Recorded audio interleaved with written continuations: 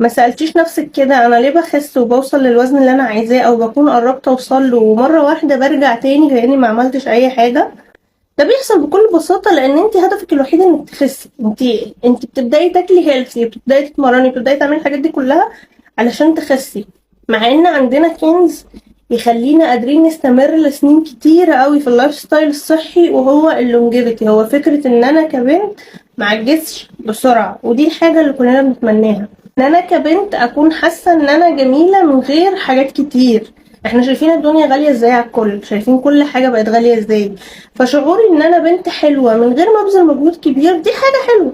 شعوري ان انا مش محتاجة اكون ميك اب، مش محتاجة ان انا اروح اعمل جلسات كتيرة غالية علشان احافظ على بشرتي والا هيبدأ يطلع لي تجاعيد. شعوري ان جسمي قوي، شعوري ان انا احس ان انا شباب وابقى فعلا زي الناس اللي بتقول العمر مجرد رقم. فكرة ان انا كشخص